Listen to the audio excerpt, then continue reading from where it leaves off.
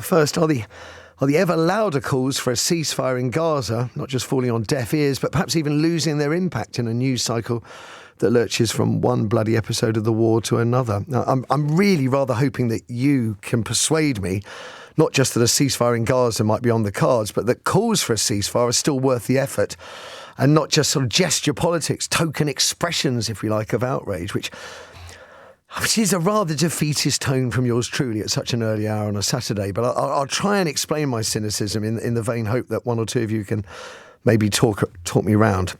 Where to start? Well, one morning at the beginning of this year, I remember listening to Nick Ferrari, and he was debating, I think it was whether Keir Starmer, then leader of the opposition, should call for a ceasefire. And one listener, I can't remember his name, he just piled in.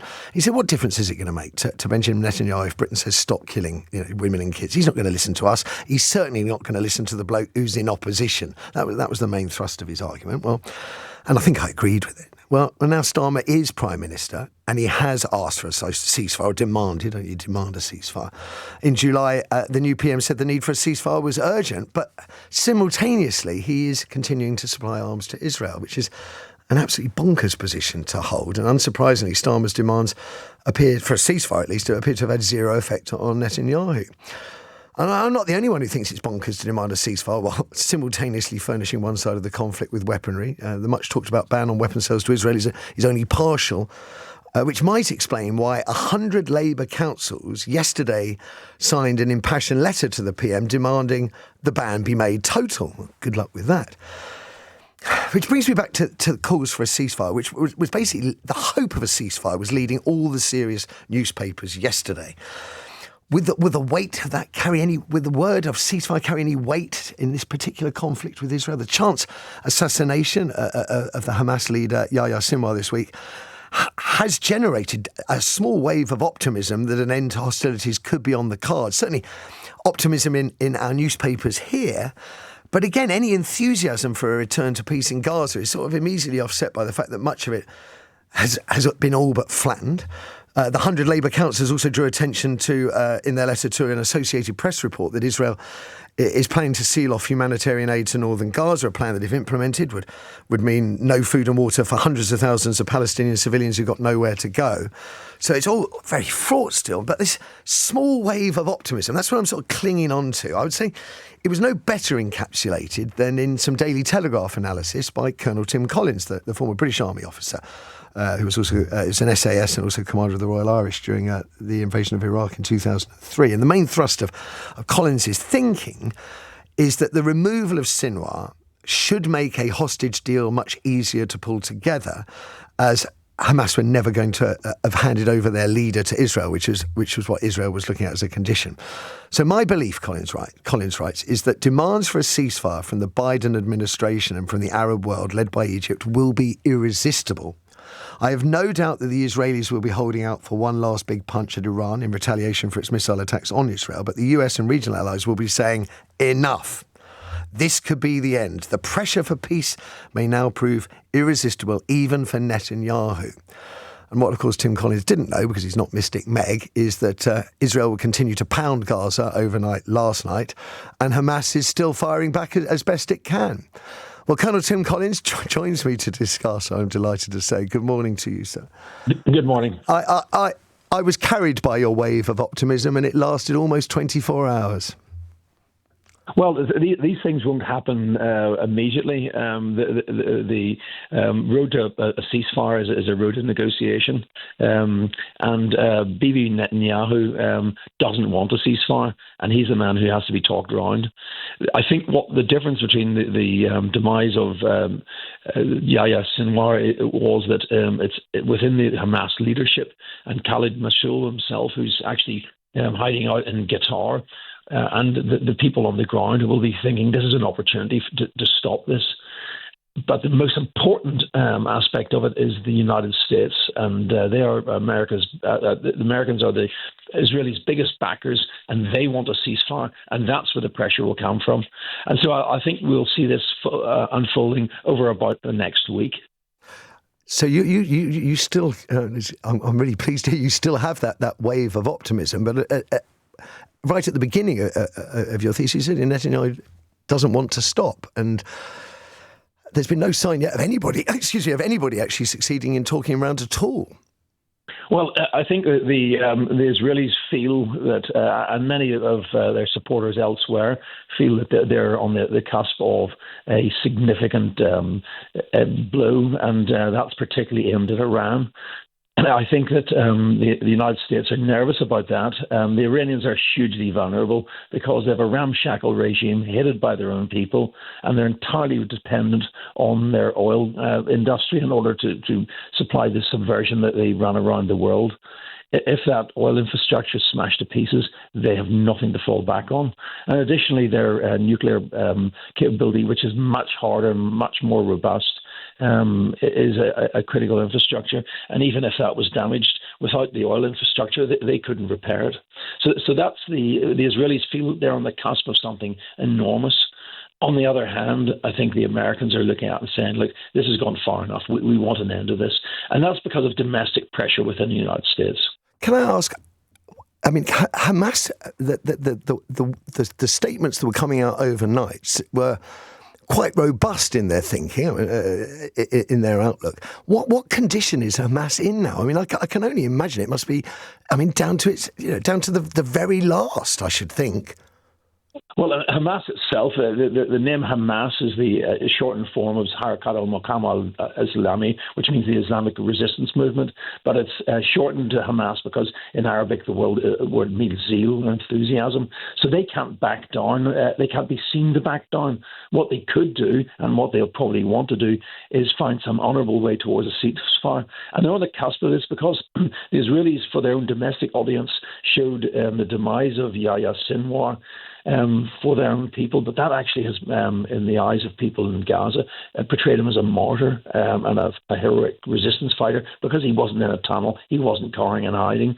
So they can build on this, or they can use it to take it to the international community for a ceasefire. The one man who would not tolerate a ceasefire was Yahya Sinwar, yes. For personal reasons. Now he's gone. I think people around will be saying, like, he's gone. It's time to end it. It was his idea in the first place. Let's stop this. Can I ask just one final thing before I let you go? How important or not is it for the UK to be seen to be demanding a ceasefire? What does it have any impact? Is it important that Israel and Hamas sees where the rest of the world is? It's important. It's not important at all. It's the reality. But that's what I think. I think, along with other allies, collectively we have got a voice. But individually, I mean, when people talk about arms supplies, the amount of munitions and armaments that the UK supplies to Israel is tiny. Yes. To stop supplying those would hurt UK jobs much more than would ever hurt the Israelis. So we have to keep that in perspective. We have no leverage whatsoever over them, none whatsoever. But together with other nations, with the especially places like Canada and Australia and other European nations, collectively we have a voice. But the only voice that matters is the United States. I suspect you're right. Lovely talking to you, Colonel Tim Collins there. Listen to that, Andrew Fox, a former paratrooper who served in the Middle East and now a research fellow at the Henry Jackson Society. Good morning to you, Andrew. Good morning. I'll actually throw it open to you. Where do you want to start in it all? Did you have any wave of optimism with the removal of Sinwar? No, and I think we do need to think a bit more broadly. The Gaza war is not an isolated incident that's going on. There are 7 different fronts in the war that Israel is facing, and it is absolutely an existential fight. So, the idea that just because Sinwar's dead, there should be a ceasefire, I think, is a slightly strange one. Does it? I think the point being made was that Sinwar was a major obstruction in any hostage return or any ceasefire, and that with him removed, the possibility comes back on the horizon. I don't think anyone's thinking it's going to happen today or tomorrow. I mean, potentially. It depends who takes over. I know Colonel Collins mentioned Michal. It could well be Mohammed Sinwar, Yahya's brother, who is as much of a headbanger as his brother was. And Hamas tends to work on this very decentralized kind of technique anyway, where next man up is always there to step into the shoes of the person that's just been killed. Hence the upbeat statements that came out following Sinwar's death. Yeah, exactly. And so it really does depend on who takes over. I don't see their strategy is going to change. Their strategy has been one of human sacrifice in Gaza. They're quite happy to see the Israelis turn the place into glass, as long as it sees Israel getting condemned, as long as it gives Lebanon, Hezbollah, as long as it gives Iran the kind of justification to keep attacking Israel, they're more than happy to see their own people die. So certainly from a Hamas perspective, I'd be quite surprised if they surrendered at this point. What kind of force does Hamas have left in Gaza? So when I was over there in July, we were briefed that there was one intact battalion, and that's it. And the rest of them are down to a sort of guerrilla capability. But I think there's a really important point here, is that it's not necessarily their military capability that they care about, it's their administrative capability. If this war ends, if the ceasefire happens and Hamas are able to retain power and control over the Gaza Strip, then that's actually a win for them. Yes, they might be, presiding over rubble, and yes, there might be tens of thousands of their own people that have died. But if they manage to get away with this, then they can always attempt to rebuild. But has there ever in history been a successful eradication of an ideology? I mean, even Nazis still flourish. There's a rise of the far right in Germany. Ideologies, I mean, I would have thought one of the rules is the more you repress something, the more likely it is to spring back. Well, I mean, Hamas isn't an ideology per se. It's certainly Palestinian independence is not an ideology. It's going to be around for a long time.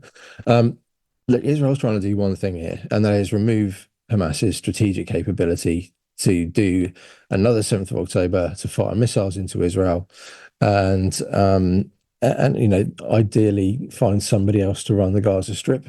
I'm not sure that's possible or realistic as a military goal in terms of getting rid of them as administrators. I think as long as their strategic military capabilities are removed, as long as the hostages come home, and as long as Israel's border is secure, that's a win for Israel. And I think they should be very much looking forward to that as an end state, rather than a complete eradication. Totally agree, Andrew. How do you foresee the next few months? It's a tricky one because all of these three theatres are interconnected. Yes. Unusually, given how short the actual escalation has been, I think Lebanon is potentially the shortest term of the immediate fronts. Hezbollah have just absolutely been taken apart, and I can see Israel continuing to degrade those rocket stocks, degrading those command and control nodes until such time as Hezbollah can't fire into Israel anymore, and the 60,000 displaced within Israel can come home. Iran, I think there'll be a strike of some kind. It won't be decisive, but it'll be enough to tell the mullahs to back down, and then Gaza will just grind on and on until such a time as the Israelis can get the hostages back. If I may, just last question, as I put to my previous guest, the ceasefire, is it important that the UK is seen to be demanding a ceasefire? Is it all about Joe Biden and the US? No, I mean, look, the UK government has been burning every scrap of consent they've had with the Israelis since they took power. They refunded UNRWA, they withdrew their amicus curiae. When you say refunded UNRWA, I mean, Israel has failed to provide any evidence for its claims against UNRWA. So you can. No, that's absolute nonsense. Absolute nonsense. Well, the 6-page document has been dismissed by just about every nation in the. No, nonsense. They provided 100 names of UNRWA people that were directly connected to Hamas. I mean, even the other day, the head of the teachers' union in Lebanon, it was the Hamas leader. They killed him the other day. Like, UNRWA is absolutely toxic and corrupted from top to bottom, and we refunded that. As I said, because the evidence that was submitted was considered unacceptable. That's why the money was returned.